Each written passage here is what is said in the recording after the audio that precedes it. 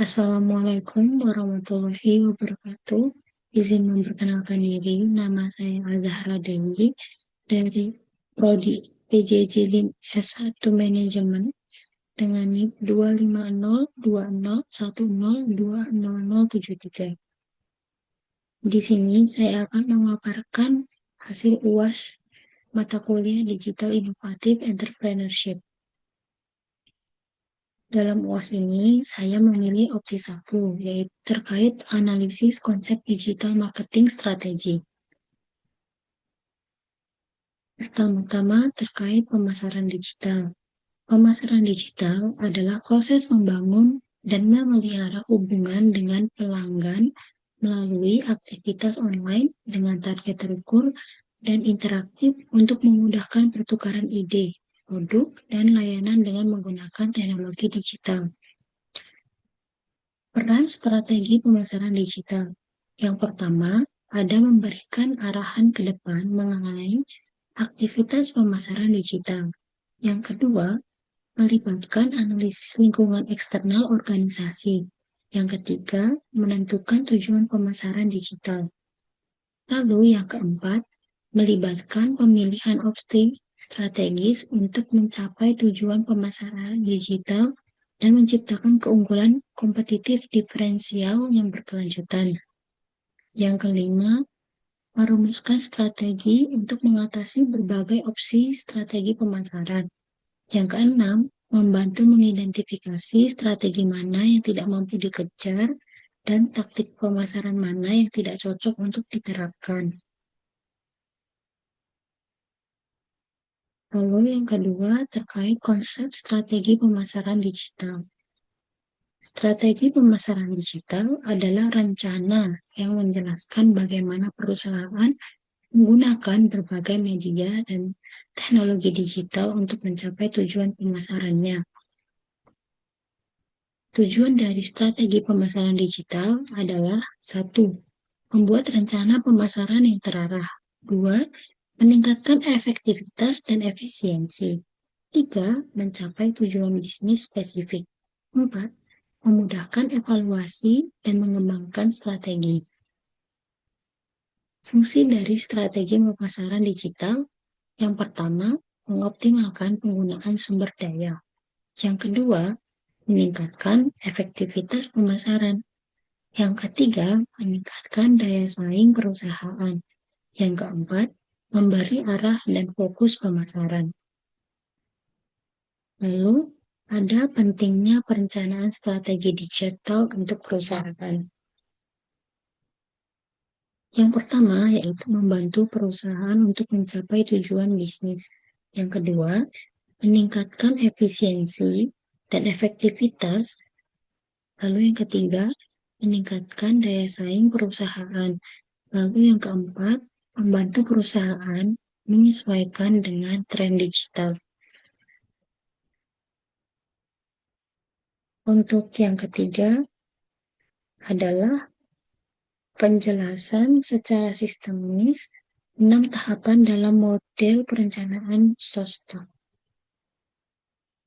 Yang pertama yaitu situation analysis. Tahap ini bertujuan untuk memahami kondisi perusahaan saat ini, yaitu sebelum menyusun strategi. Yang dilakukan pada tahap ini yaitu analisis SWOT, analisis lingkungan mikro, analisis lingkungan makro.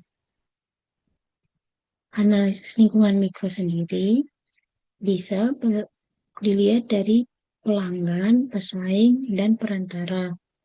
Contoh kita lihat dari marketplace.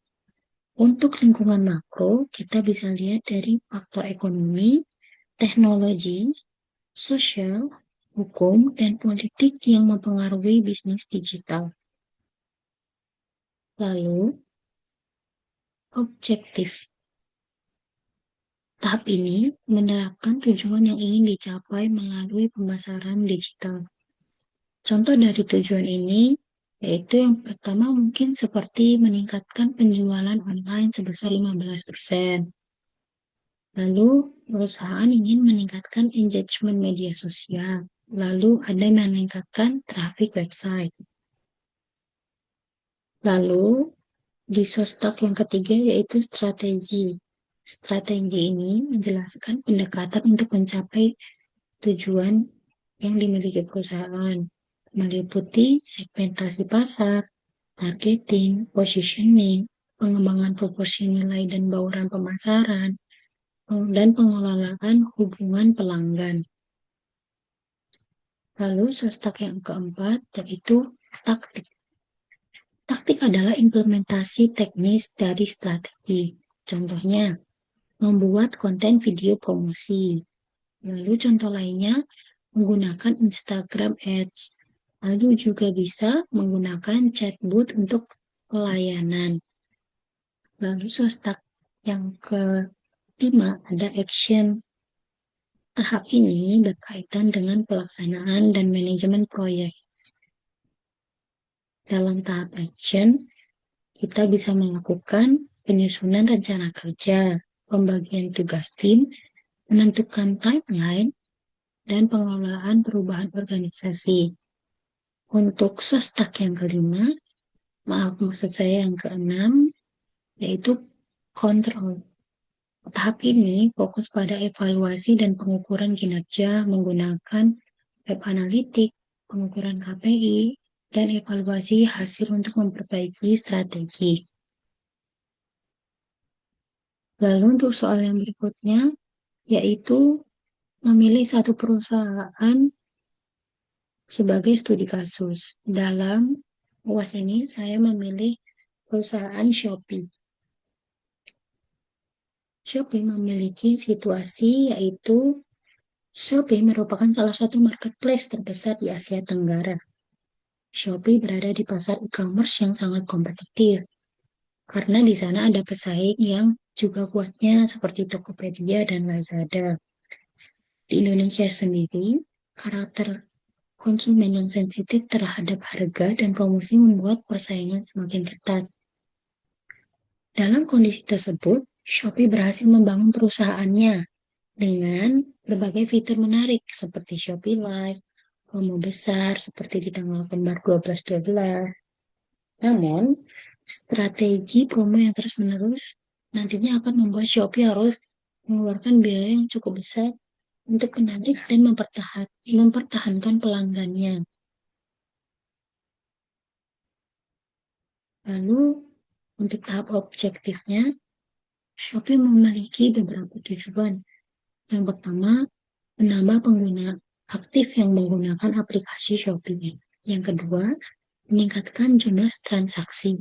Yang ketiga, membuat pelanggan menjadikan Shopee pilihan utama jika ingin berbelanja online. Lalu ada strategi. Jadi, strategi yang dilakukan oleh Shopee untuk mencapai tujuannya adalah Shopee memposisikan perusahaannya sebagai marketplace yang menawarkan harga terjangkau dan promo yang besar-besaran. Misal seperti gratis ongkir, cashback, dan diskon yang cukup besar. Lalu yang keempat ada taktik. Shopee menggunakan berbagai taktik digital. Yang pertama, endorse influencer dan menggunakan brand ambassador. Yang kedua, memberikan promo saat tanggal kembar, seperti tiap di tanggal 11, 22, bahkan sampai tanggal 12-12. Lalu yang ketiga ada Shopee Live. Lalu yang keempat ada Shopee Affiliate. Lalu di tahapan kelima ada action. Shopee melakukan strategi pemasarannya dengan menyusun rencana kerja yang tertata, membagi tugas kepada tim digital marketing, dan bekerja sama dengan seller dan juga brand. Strategi pemasaran yang dilakukan oleh Shopee ini dilakukan dengan waktu yang sudah ditetapkan dan sudah dikoordinasikan antar divisi agar pelaksanaannya nanti bisa berjalan dengan baik dan membuat target yang dituju dapat tercapai. Lalu yang terakhir ada kontrol. Shopee melakukan pengawasan dan evaluasi berdasarkan data dari analitik dan web analitik. Beberapa indikator yang bisa dipantau yaitu seperti traffic website dan aplikasi, jumlah transaksi, dan menilai efektivitas iklan. Lalu soal yang terakhir yaitu berikan rekomendasi strategi pemasaran.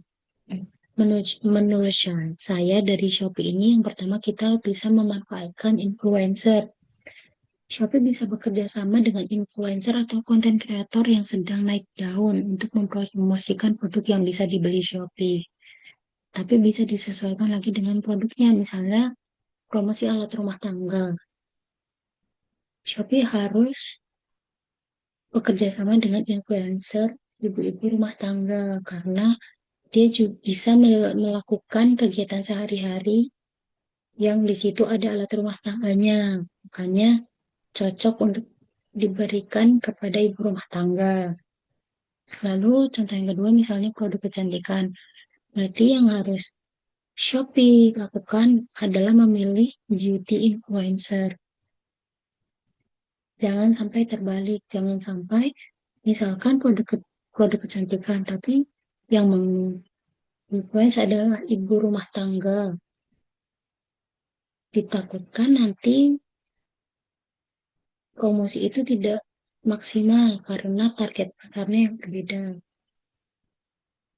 Lalu, jika influencer dapat mereview produk dengan menarik, maka pengikutnya pasti akan ikut membeli produk itu juga. Lalu mungkin rekomendasi yang kedua yaitu pemanfaatan dari Shopee Affiliate. Shopee Affiliate merupakan program dari Shopee yang memungkinkan pengguna untuk mendapatkan komisi dengan cara mempromosikan produk Shopee melalui link. Jadi, dari sini kita bisa menekankan bahwa Shopee itu tidak hanya media untuk belanja saja, tapi juga media untuk mencari uang. Promosi ini didapatkan, maksud saya keuntungan didapatkan ketika pemilik akun Shopee berhasil menjual produk yang dipromosikan tersebut. Baik, sekian dari saya. Kurang lebihnya mohon maaf. Wassalamualaikum warahmatullahi wabarakatuh.